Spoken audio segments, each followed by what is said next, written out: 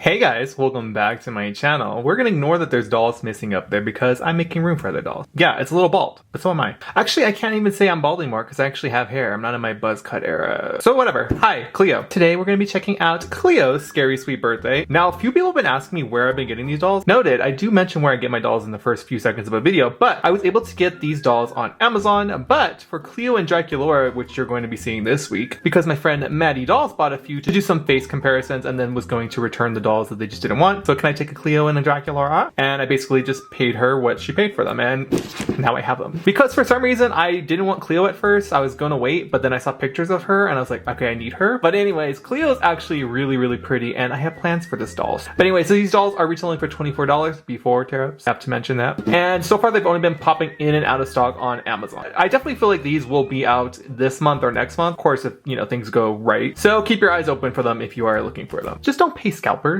They don't need our money. Come on, guys. But Cleo is definitely one of my favorites now in this collection. I really love the cage skirt for her and I love these gloves, but we'll get into that once we open them. So before we do that, let's look at the box and we can get into Miss Cleo. The Scary Sweet Birthday dolls come on a blister package instead of the usual tab system. On the top corner it says Cleo Denial, and under that is a bunch of accessories that do come with this Cleo doll, including a mystery gift for Draculaura that you don't know until you open the package, along with a little invitation to the birthday party. There's also a little slip with all the artwork and the logo for the line, and it says Monster High in a holographic print. And something cute I noticed is in the background there is a little version of Draculaura's G1 car. Flipping it to the back, you can see full illustrations of all four ghouls in this collection and a little blurb that you can pause and read if you want a synopsis of this line.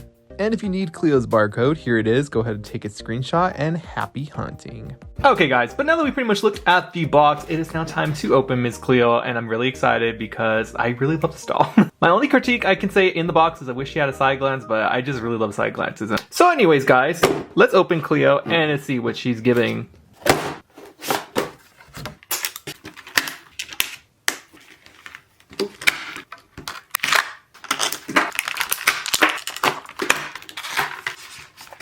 And Cleo is out of the box. But before we look at Miss Cleo, let's look at all the accessories that Cleo comes with. And why is she kind of looking wonky? Let me know.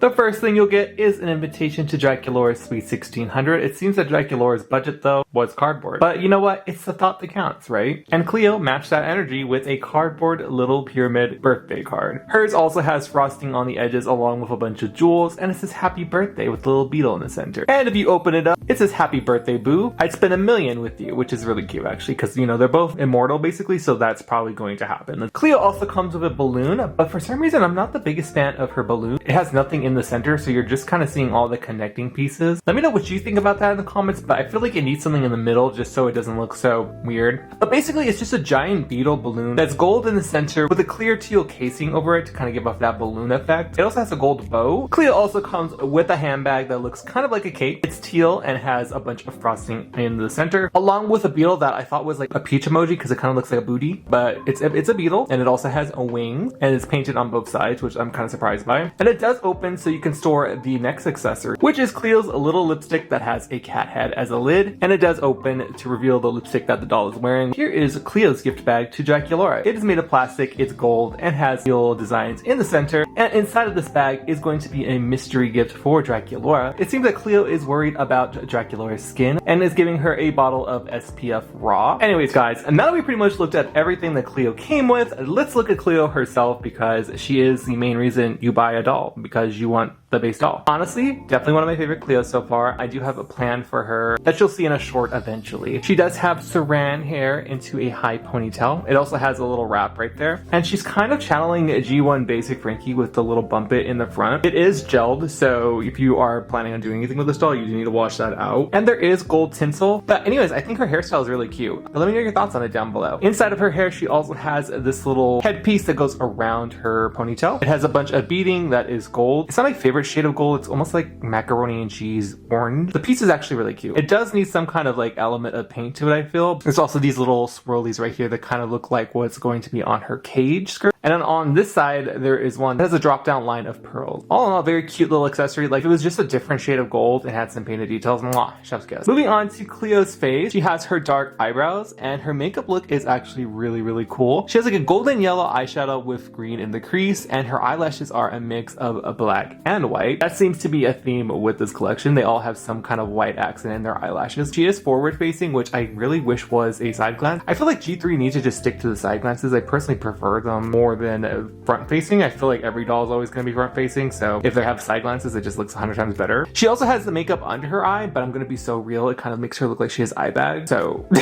but it is really pretty, and I do like the added white. So let me know your thoughts on the eye makeup down below, because that is like really cool. And of course, my favorite part is the lipstick, because we are finally getting out of the trenches of Pepto-Bismol pink lipstick on every doll. Cleo has a brown lipstick that kind of fades out on the edges. It is a little bit pixelated. It is not horrendous like the Buried Secrets pixelation, so I'll let it pass. She also still has her little gold lip ring in the center, but I really do like this shade on Cleo, so let's keep them coming for Cleo. But overall, let me know your thoughts on her face. I honestly think it's perfect other than the eye bag look, and I just wish she had side glance, but that's just me being really picky. Cleo's also wearing these little earrings. They kind of look like snakes, but once again, they're the same shade of gold that everything is on her, so I feel like there should have just been a little bit of contrast in color, because it's just a bunch of plastic that is the same color. So that's like a big critique of this doll, at least for me. Moving on to Cleo's outfit. She is wearing a pearl necklace that has a bunch of little pearls that are draping her shoulders and a teal gem in the center. I do like how there's a gem in the center painted, but again, it's just that solid gold that is just irking me a little bit. Then if we move down to the main outfit, she has on these sheer gloves right here that are black, and they have like black ribbon bows on the top of them with these little longer bits that drape down, and I really love these. I actually want to hear your opinions on this down below, but I bought another Skulltimate Secret 6 Frankie and I painted the gloves black. Do we like how the gloves look with the sleeves? I feel like it kind of makes them look like opera gloves with a little bit of bow in the back, and I honestly think they're really cute, but I'm not too sure. I'm going to pin a comment down below and let me know your thoughts completely on them, but I really love the Skulltimate Secret 6 glove hand, and I think it looks really good on this doll. Let me know your thoughts on it down below, and depending on how the reaction is to this, I will keep this doll with these gloves. I do feel like these gloves are going to be in a lot of restyles. They're just really cute, and I really love them so much. Moving on to her cage skirt, I actually really love the shape of it. It's giving cake, it's giving everything it needs to. It's that gold color that everything else pretty much is on this doll's design, with a teal snake in the center, fake chain in the center to kind of connect the two pieces. Then there's also these little drip down pearls that have little gems on the bottom, and I'm actually debating if I'm going to cut those off and add an actual like chain or something, because I think that would look really cool and kind of complement these little glove strands. And this wouldn't be a cake themed little cage skirt if it didn't have some fake frosting. Okay, the dress underneath is actually really cute. The cage skirt kind of takes away from it high key. So it's a black satin top with a black satin bottom, but the bottom does have a print on it along with some gold foiling, and it also has this blue sheer material that kind of just drapes her body, and it's actually really cute. I even like it with the gloves like this. Let me know your thoughts on the dress below. It's almost like a better version of the Monster Ball dress. The last thing we need to look at on Cleo's outfit is her shoes, and she is wearing these wedges that are strappy. The straps are blue, and they're basically snakes that are also frosting, and then the bottom is gold, and it also has some more white accents to look like frosting. I'm not the biggest fan of the shoes too much, but that's just me. Maybe she needs like some cute like socks or something. Let me know your thoughts on the shoes yourself. Do you like them? They're kind of giving me Ever After High vibes. Okay guys, so we pretty much looked at everything on Cleo and what she comes with, but I'm going to show you the articulation in case this is your first time watching a Monster High video. So yeah, the dolls have motion in their head, their chest, their shoulders, their elbows, their wrists, their hips, and knees. I'm now going to go get Cleo a stand, and we're going to end up this video with my final thoughts. So BRB. Okay guys, I was able to get Cleo to actually hold her balloon, which is actually great. It kind of does help to hook it underneath one of the little ridges in the cage skirt, so definitely do that if you're planning on letting them hold their balloons. And that goes for any of the ghouls in this collection that have balloons. But overall, I really like this Cleo doll. Once again, these dolls retail for $24 before tariff, and they are so far going in and out of stock on Amazon. I don't think anyone has personally found these in stores like Walmart, Target, etc. But definitely keep your eyes peeled online, because people will definitely let you know. I think this is a really solid Cleo release, and honestly, I really love this entire collection. I think it's one of Monster High G3's best. My only critiques really with Cleo are the gold pieces being just a bit too much, especially because it's a lot of plastic. So I feel like if it all had different shades or was just maybe metallic, it would look a lot better. But other than that, the doll is really good. The dress underneath is really pretty. The cage skirt is really pretty. It's just a really good Cleo doll. So I definitely recommend this doll. I give it an 8 out of 10 because yeah, she's really pretty. I'm gonna bring in Frankie because I actually redid Frankie fully.